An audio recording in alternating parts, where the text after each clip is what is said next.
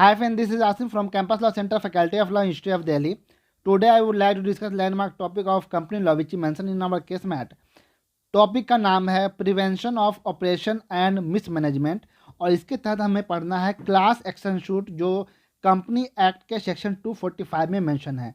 तो चलिए class action suit को आसान शब्दों में समझते हैं। कंपनीज एक्ट 2013 के माध्यम से कंपनी एक्ट में एक न्यू प्रोविज़न को ऐड किया गया सेक्शन 245 के माध्यम से, जिसे हम क्लास एक्शन सूट कहते हैं। तो देखिए आसान शब्दों में हम ये जानते हैं कि क्लास एक्शन सूट होता क्या है।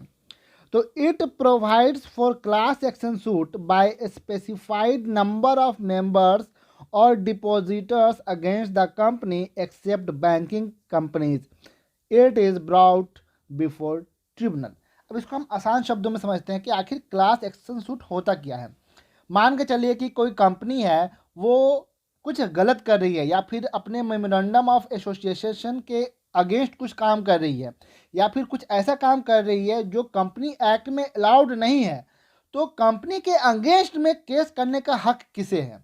तो यही क्लास एक्शन सूट है जिसके माध्यम से कंपनी के स्पेसिफाइड मेंबर्स या फिर डिपॉजिटर्स आपस में मिल करके कंपनी के अगेंस्ट में केस कर सकते हैं कि भाई कंपनी ये काम मत करो, क्योंकि ये काम जो है या तो मेमोरेंडम ऑफ एसोसिएशन के अगेंस्ट जा रहा है या फिर इंडियन कंपनी एक्ट के अगेंस्ट जा रहा है या फिर हमारे इंटरेस्ट के अगेंस्ट जा रहा है।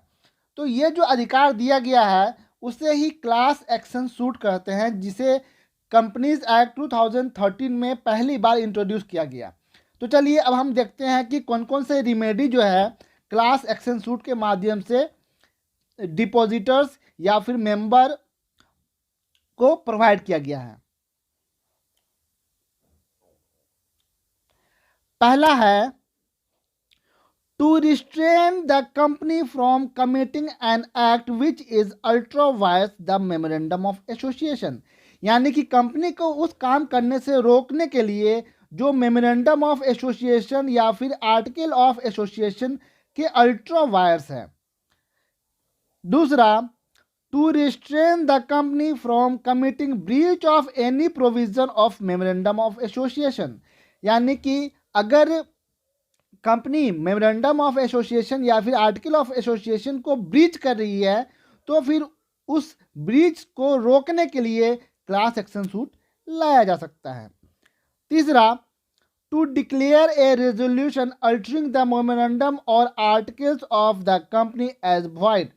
अगर मान के चलिए कोई ऐसा रेजोल्यूशन कंपनी पास कर रही है जो मेमोरेंडम या फिर आर्टिकल ऑफ एसोसिएशन को अल्टर कर रहा है, तो उसको वॉइड करने के लिए क्लास एक्शन सूट जो है फाइल किया जा सकता है।